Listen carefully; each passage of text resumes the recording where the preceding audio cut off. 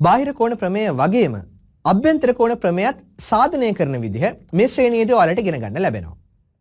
විධිමත් විදිහට මේ ප්‍රමේය සාධනය කරන්නේ කොහොමද කියලා අපි ඊළඟට සාකච්ඡා කරමු.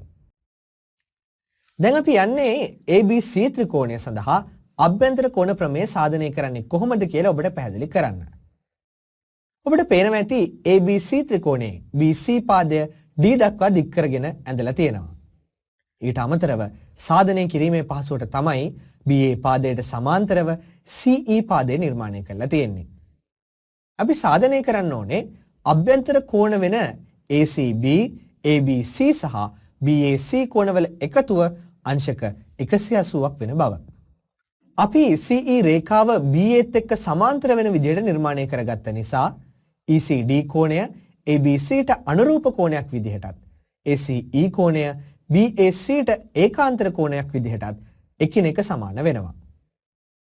ඊට පස්සේ අපි 1 සහ 2 එකතු කරගන්න ඕනේ. මේ ලැබුණු සමීකරණය දෙපසට ACB කෝණය එකතු කරාම ECD, ACE සහ ACB කියන කෝණ සරල රේඛාවක් නිර්මාණය කරන්න පුළුවන් බව බැලූ බැල්මටම පේන නිසා ඒ කෝණ තුනෙහි එකතුව වෙනුවට අංශක 180 යොදාගෙන ලියා ගන්න පුළුවන්. දැන් ඔබට පැහැදිලි ඇති මේ ආකාරයට ප්‍රමේය සාධනය වෙන බවත් කෝණවල එකතුව අංශක 180 වෙන බවත් විධිමත්ව සාධනය කරන්න පුළුවන් බව. ඔයාලා මෙතෙක් වෙලා ඉගෙනගත්ත දේවල් වල දැනුම පාවිච්චි කරලා ඊළඟට තියෙන ගැටලු වලට පිළිතුරු හොයාගන්න පුළුවන්ද කියලා බලන්න. දැන් මම මෙහි පෙන්වන ගැටලු වලට පිළිතුරු සපයන්න ඕන ආකාරය පැහැදිලි කරන්නම්. ඒ සඳහා කලින් වගේම ගැටලුවට අදාළ පිළිතුරු හොයාගත්තට පස්සේ මෙහි දීලා තියෙන පිළිතුර සපයන්න තියෙන කොටුවට ඔයාලගේ පිළිතුර ටයිප් කරලා තහවුරු කරන්න යන බටන් එක මත ක්ලික් කරලා ඔයාලා ලබා දුන්න පිළිතුරේ නිර්වද්‍යතාවය බලා ගන්න පුළුවන්. ඊට පස්සේ තිරේ දිස් වෙන පිළිතුර පැහැදිලි කිරීම කියන බටන් එක මත ක්ලික් කරලා ප්‍රශ්නයට අදාළ පිළිතුර පැහැදිලි කිරීමත් බලා ගන්න ඔයාලට අවස්ථාව තියෙනවා.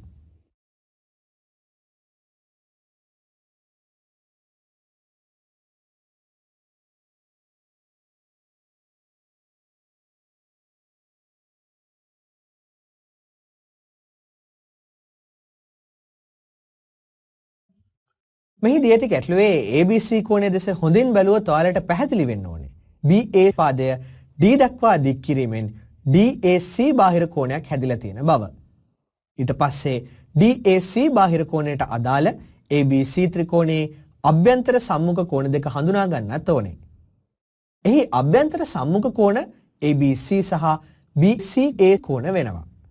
ඒ වගේම ඔයාලට මේ ගැටලුවේ කෝණ VGA පද ඇසුරෙන් තමයි දීලා තියෙන්නේ. ඒ අනුව ABC ත්‍රිකෝණයට බාහිර කෝණ ප්‍රමේය යෙදීමෙන් මේ දැක්වෙන ආකාරයට VGA පද ඇතුළත් සමීකරණයක් ගොඩනගා ගන්න පුළුවන්. දැන් අපි මෙය සුළු කරන විදිහ බලමු. මෙහි වම් පස ඇති සමජාතීය පද සුළු කරාම 6x අඩු කිරීම 7 ලැබෙනවා. දකුණු පස ඇති 5x එකතු කිරීම 13 ඒ විදිහටම තියෙනවා. ඊට පස්සේ මෙහි ඉතිරිව ඇති සමජාතීය පද මේ ආකාරයට එක් පසකට ගෙනෙන්න ඕනේ.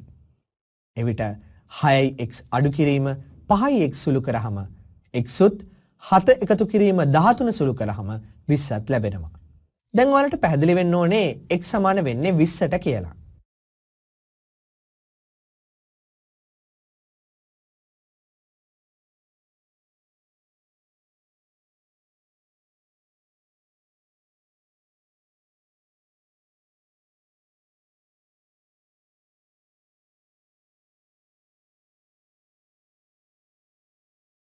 මේ දීලා තියෙන ගැටලුවේ ABC ත්‍රිකෝණය දෙස හොඳින් බැලුවොත් ඔයාලට පැහැදිලි ඇති. එහි A පාදය D දක්වා දික් කිරීමෙන් DAC බාහිර කෝණයක් හැදිලා තියෙන බව.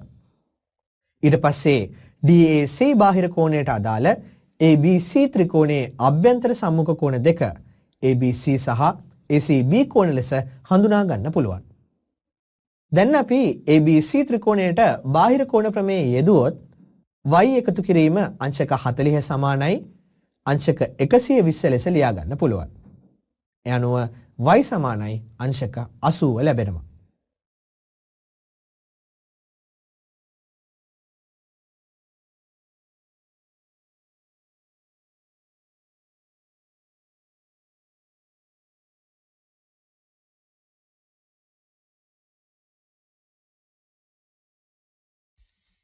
මේ දීලා තියෙන ගැටලුවේ BCD ත්‍රිකෝණය දෙස බැලුවොත් ඔයාලට පැහැදිලි වෙන්න ඕනේ එය සම ද්විපාද ත්‍රිකෝණයක් බව.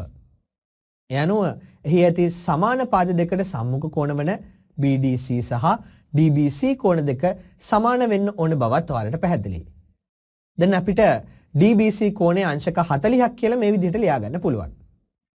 දැන් ABC ත්‍රිකෝණය දෙස හොඳට බලන්න. ඔයාලට පේනවද එහි A පාදයේ D දක්වා දික් කිරීමෙන් හැදෙන්නේ DAC බාහිර කෝණයක්.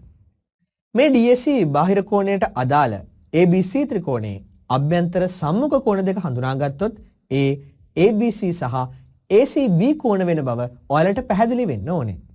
දැන් අපි ABC ත්‍රිකෝණයට බාහිර කෝණ ප්‍රමේය යෙදුවොත් අංශක 70 එකතු කිරීම ABC කෝණයේ සමානයි y ලෙස ලියා ගන්න පුළුවන්. මෙහි ABC කෝණයේ අංශක 40ක් බව ඔයාලා දැනටමත් දන්නවා. ඒ නිසා y සමානයි 70 එකතු කිරීම 40 කියලා ලියා ගන්න පුළුවන්. ඒ වගේමයි y සමානයි අංශක 110 කියන පිළිතුර ලැබෙන්නේ ඒක සුළු කිරීමෙන්.